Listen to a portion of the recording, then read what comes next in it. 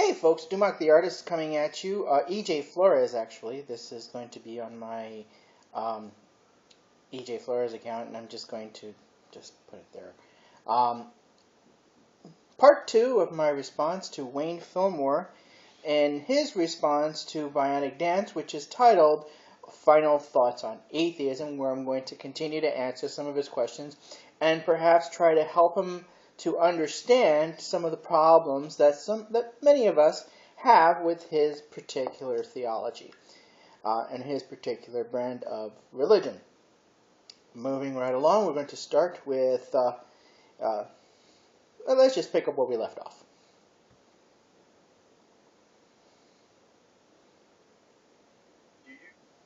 Your standard of being a good person from yourself. Who is the ultimate authority of your life? My wife.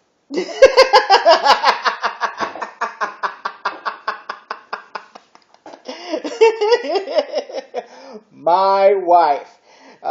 Yeah, that Mrs. Dumac. Yeah, that's pretty much the ultimate authority of my life at this point. What she says usually goes. So, moving right along. Are you the ultimate authority of your life? No, and that's fine because I live with another Do person. you restrict yourselves from doing certain things that you know is good, but you restrict yourselves from doing it because it's bad, even though it feels good? Um, are you okay? Let me see if I got this question right. Do I restrict myself from pleasurable activities because they would have some awkward consequences or bad consequences at that particular time? Then the answer to your question would be yes. There's a time and a place for everything, and I'm sure that there are some things that I do in my life which are fun that a lot of people may not be into. So I try to keep that in mind as much as I possibly can. I'm still a work in progress. Moving right along. Do you restrict yourself from doing things that feel good, even though you know they're wrong? Or do you indulge in any and everything you feel is good for yourself? The answer to that is no. Do I restrict myself? I'm sorry. The answer to that is yes. Do I restrict myself from pleasurable activities if I know they're going to hurt somebody else? To the best of my ability, yes, I do restrict myself because I understand that there are consequences to my actions. Not necessarily because there's an invisible sky daddy waiting to club me upside the head, but rather because I understand that some people may not be very comfortable with, you know, some of my activities. Also, some of my if I decide to do something that's pleasurable but would hurt my partner, yeah, that's actually a bad thing to do, especially if you want to continue sleeping next to that person and if you want to wake up the next morning. You kind of want to keep things in mind. When you're married, you actually have to put the other person, not necessarily first, but at least in a place where you think about them before you do something stupid. Yeah, just letting you know. Even though you know it's wrong. Again, consequences of actions. If God existed, if Jesus really is God, in what way would that benefit you? Um, I have a really tough time understanding what the heck that question is. If Jesus is God, how would that benefit me? Um, it really wouldn't. It doesn't affect me one way or the other. That's pretty much it. If you could prove that Jesus was God, we'd have something else to talk about altogether. But to answer your question, it really wouldn't affect me because he's off doing his thing. He's off doing whatever it is he's doing up in heaven. I'm down here on earth. And unless something that he's doing in heaven affects me here on earth, I don't necessarily have to worry about it, and it really wouldn't affect me one way or the other. Moving right along.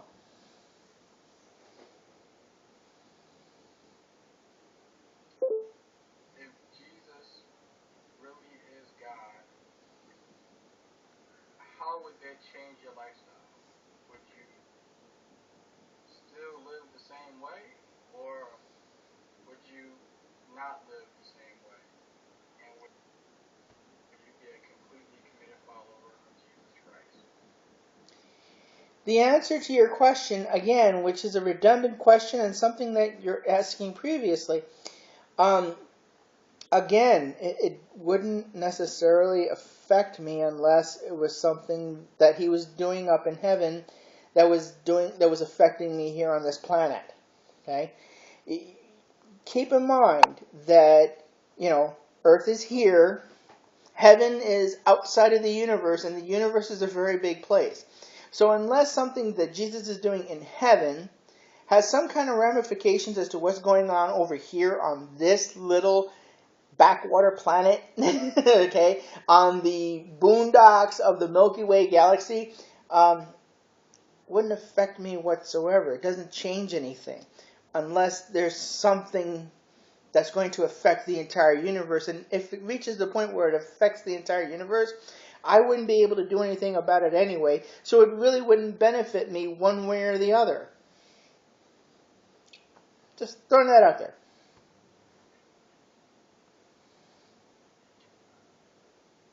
It seems to me that a lot of times Here we go. we don't like being told what to do. We don't want God to be the ultimate authority over our lives. We tend to think that God is immoral and God is a bad guy, and that we are good and we are morally perfect. And to our standard, we are completely good. Okay. I think I know where you're going with this. And let's see if I can illuminate this particular concept that you're trying to get across. It's not so much that people don't want God telling them what to do, okay? It's you. You are the person claiming to represent God, okay? You are the person claiming to speak for God. So that being said, we don't necessarily believe you and your statements. You're the person that's making the assertive claim that God exists and that God has a very specific set of morals and ethics and that he doesn't violate those. However, if we look at the Old Testament, we see that there are many times where he did violate his own ethics, where he did lie, where he did kill, where he did wipe out entire cities, where he told his followers to go and murder innocent men, women, and children. Just going by his own morality, he's broken it quite a few times. And if we're going to take what you say, we have to look at your claims and go, do I really want to believe that? Or do I think that it sounds like horsepucky, and it most likely is? You see, there's a difference between you saying something and God saying something. Because when God says something, not according to the stories, there's usually some kind of confirmation. There's usually some kind of sign. There's usually some kind of message or something that proves that it's him. Now, we don't necessarily have to believe it. It's our decision. It's our choice. That's what free will is all about. But in the case where we're talking to you, Wayne, you are the person claiming to speak for God. We don't have to believe you until you can prove what you're saying is correct. So if you're going to say that people don't want to believe me, that's a more accurate statement than people just don't want to believe God. Do you follow what I'm saying? We're looking at you. We're talking about you and your statements. God hasn't said anything. God hasn't made any proclamations. God hasn't announced anything. You, claiming to speak for God, claiming to make a video for God, are making some claims that need to be backed up. I'm going to decide if I'm going to make another video because apparently this is going to become redundant after a while. So I'm going to finish watching the rest of Wayne Philmore's video and decide if I'm going to comment. If not, I'll just move right along and do something else. This is EJ Flores coming at you from my hidden bunker deep in the bowels of the city. Talk to you all later. Slanchini Falcha. Have a nice day.